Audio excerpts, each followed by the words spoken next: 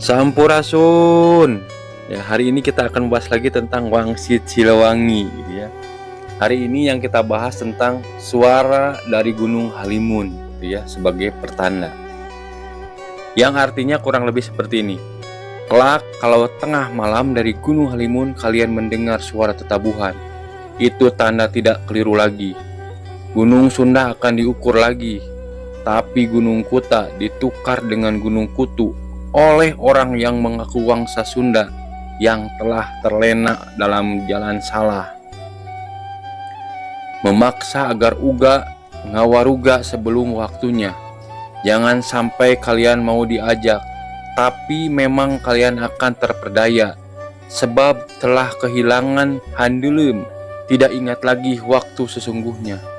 Lebak Cawene telah jadi kamar dan pindah pelaminan.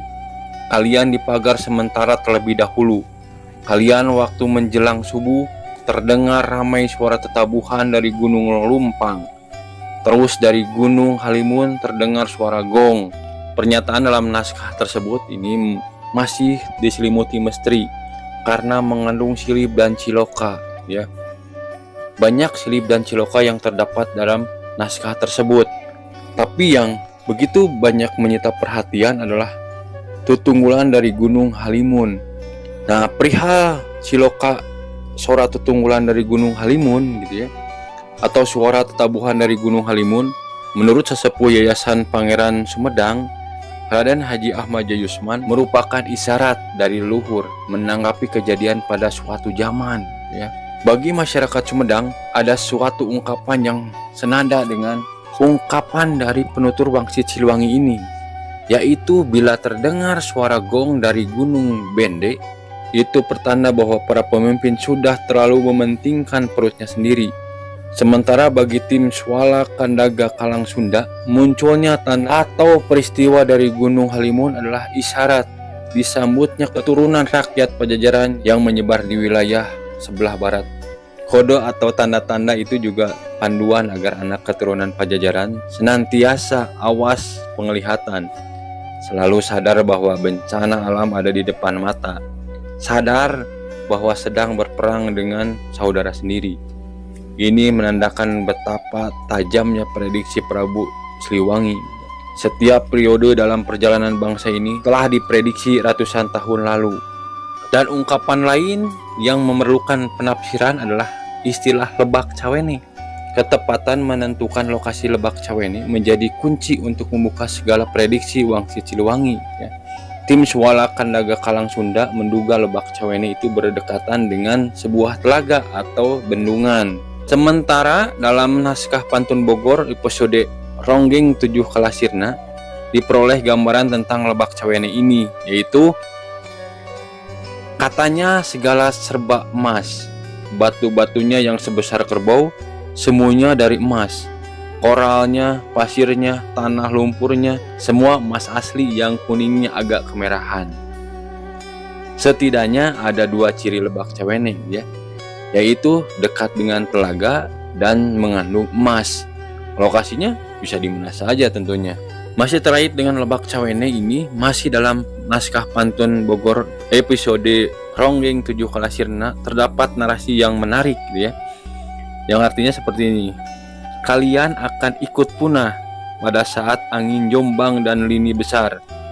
Memang demikian seharusnya, agar tidak berbeda waktu. Nanti pada saat itu dua saudara oleh raja disuruh berkelahi.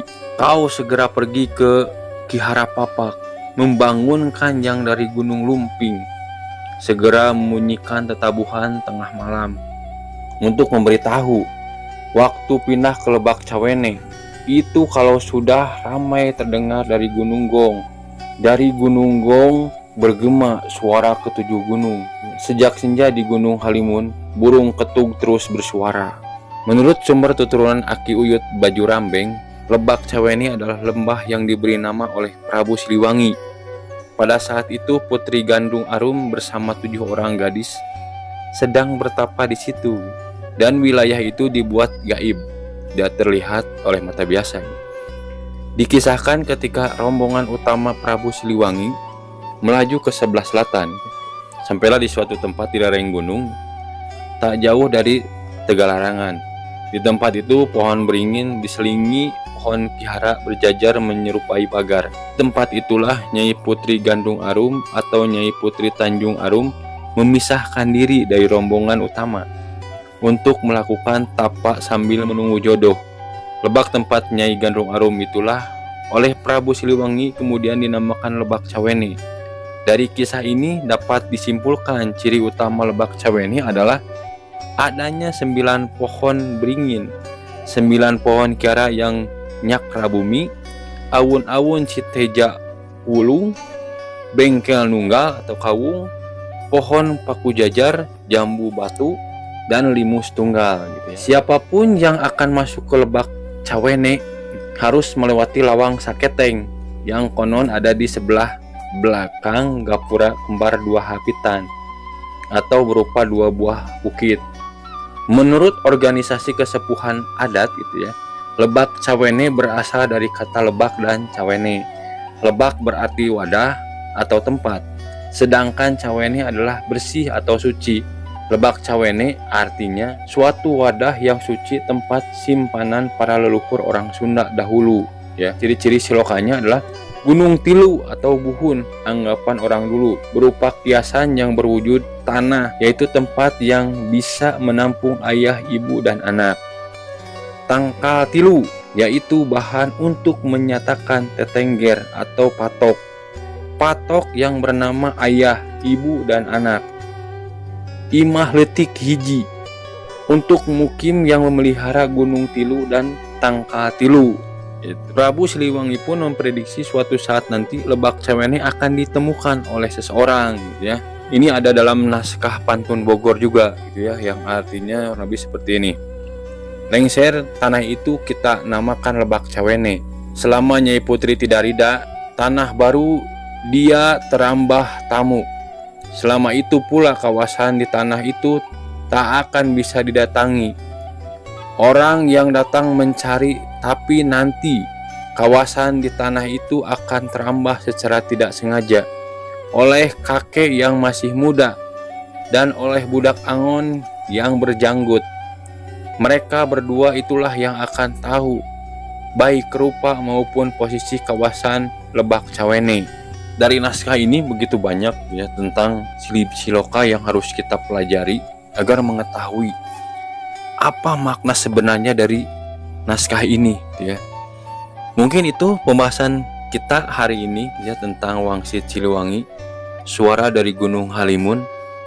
Sampurasun.